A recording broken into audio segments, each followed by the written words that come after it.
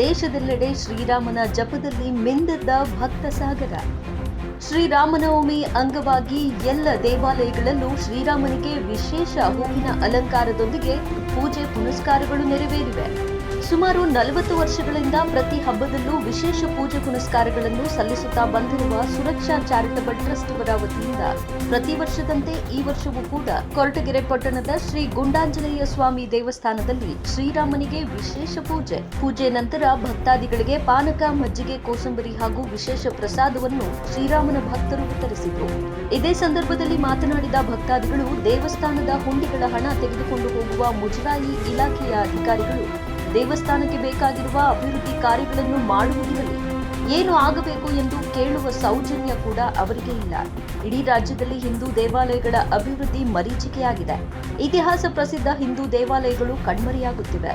ಇದಕ್ಕೆಲ್ಲ ಕಾರಣ ಮುಜರಾಯಿ ಇಲಾಖೆಯ ನಿರ್ಲಕ್ಷ್ಯ ಎಂದು ಬೇಸರ ವ್ಯಕ್ತಪಡಿಸಿದರು. ಇದೇ ಸಂದರ್ಭದಲ್ಲಿ ಸುರಕ್ಷಾ ಚಾರಿಟಬಲ್ ಟ್ರಸ್ಟ್ನ ಅಧ್ಯಕ್ಷರು, ಉಪಾಧ್ಯಕ್ಷರು ಸೇರಿದಂತೆ ಎಲ್ಲ ಪದಾಧಿಕಾರಿಗಳು ಮತ್ತು ಭಕ್ತಾದಿಗಳು ಹಾಜರಿದ್ದರು.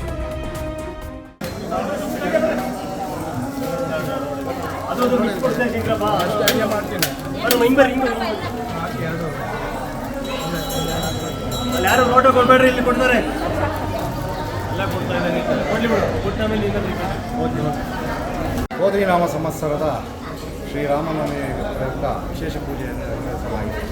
ವಿಶೇಷ ಚಾರಿಟಬಲ್ ಟ್ರಸ್ಟಿಂದ ಸಾರ್ವಜನಿಕರಿಂದ ಈ ಬೆಳಗ್ಗೆ ಗಂಗಾ ಪೂಜೆ, ವಿನಾಯಕ ಪೂಜೆ, ನವಗ್ರಹ ಪೂಜೆ, ಸುಬ್ರಹ್ಮಣ್ಯ ಪೂಜೆ ಹಾಗೂ ಆಂಜನೇಯ ಸ್ವಾಮಿ ಕ್ಷೀರಾಭಿಷೇಕ, ರುದ್ರಾಭಿಷೇಕ, ಮಹಾಮಂಗಳಾರತಿ ಮತ್ತು ಉತ್ಸವ ಮೂರ್ತಿ ಇತ್ತು. ಎಲೆಕ್ಷನ್ ಕೋಡ್ ಇರೋದ್ರಿಂದ ಇಲ್ಲೇ ಸ್ವಾಮಿ ದೇವಸ್ಥಾನದಲ್ಲೇ ಮೆರವಣಿಗೆ ನಡೆಸಿಕೊಂಡು ಹೋಗುವಂತೆ ಭಕ್ತಾದಿಗಳು ದೇವಸ್ಥಾನ ಕೊರಟಗೆರೆ ಪಟ್ಟಣದ ಸಹಕಾರದೊಂದಿಗೆ ವಿಶೇಷ ಪೂಜೆಯನ್ನು ನೆರವೇರಿಸಿದೆ.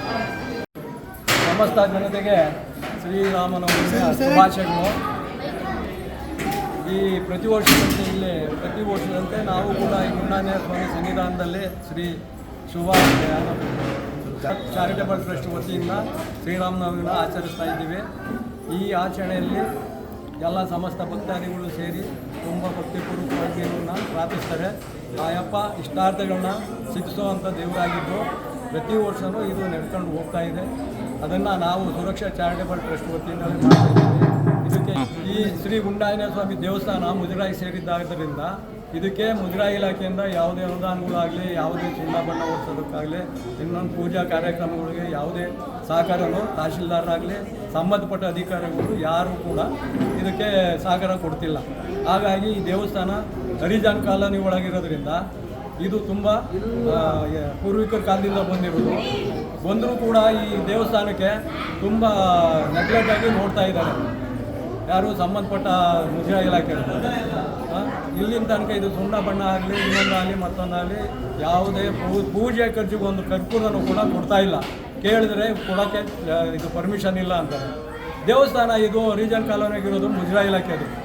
ನೀವು ಅಯೋಧ್ಯೆ ಒಳಗೆ ಶ್ರೀರಾಮ ಮಂದಿರ ಕಟ್ಟಿದ್ದೀರಾ, ಇಲ್ಲ ಅಂದಮೇಲೆ ಏನು ಎಲ್ಲ ಕಡೆ ಹಿಂದೂ ಧರ್ಮಕ್ಕೆ ಇಲ್ಲಿ ಅವಮಾನ ಮಾಡ್ತಾವೆ. ಇಲ್ಲಿ ತಹಶೀಲ್ದಾರ್ ಇದು ಸಂಬಂಧಪಟ್ಟ ಅಧಿಕಾರಿಗಳು ಯಾರು ಬಂದವ್ರ ಏನೂ ಇಲ್ಲ. ಇದು ಹರಿಜನ್ ಕಾಲೋನಿಗೆ ಇರೋದ್ರಿಂದ ಇವರು ನೆಗ್ಲೆಕ್ಟ್ ಮಾಡ್ತಾ ಇದ್ದಾರೆ.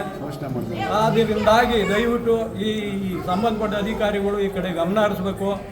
ಆವಾಗ ಹುಂಡಿ ಒಂದು ಹೊಡ್ಕೊಂಡು ಹೋಗ್ಬಿಡ್ತಾರೆ, ದುಡ್ಡೆಲ್ಲ ತಗೊಂಡು ಹೋಗ್ಬಿಡ್ತಾರೆ. ಹುಂಡಿ ದುಡ್ಡು ಏನಾಯಿತು, ಟ್ರೆಜರಿಗೆ ಹೋಯ್ತು. ಎಲ್ಲಿ ನಮಗೇನಾರು ಅನುಕೂಲ ಆಯಿತಾ ದೇವಸ್ಥಾನಕ್ಕೆ? ಇಲ್ವಲ್ಲ.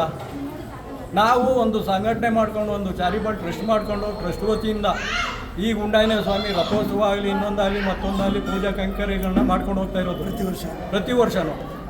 ಆದ್ದರಿಂದ ದಯವಿಟ್ಟು ಈ ಮುಜರಾಯಿ ಇಲಾಖೆಯರು ಮುಂದಿನ ದಿನಗಳಲ್ಲಿ ಇದ್ರ ಬಗ್ಗೆ ಗಮನ ಹರಿಸಿ ಸೂಕ್ತ ಕ್ರಮ ಕೈಗೊಳ್ಳಬೇಕು ಅಂತ ನಾನು ಅಗ್ರಹಿಸ್ತಾ ಇದ್ದೀನಿ.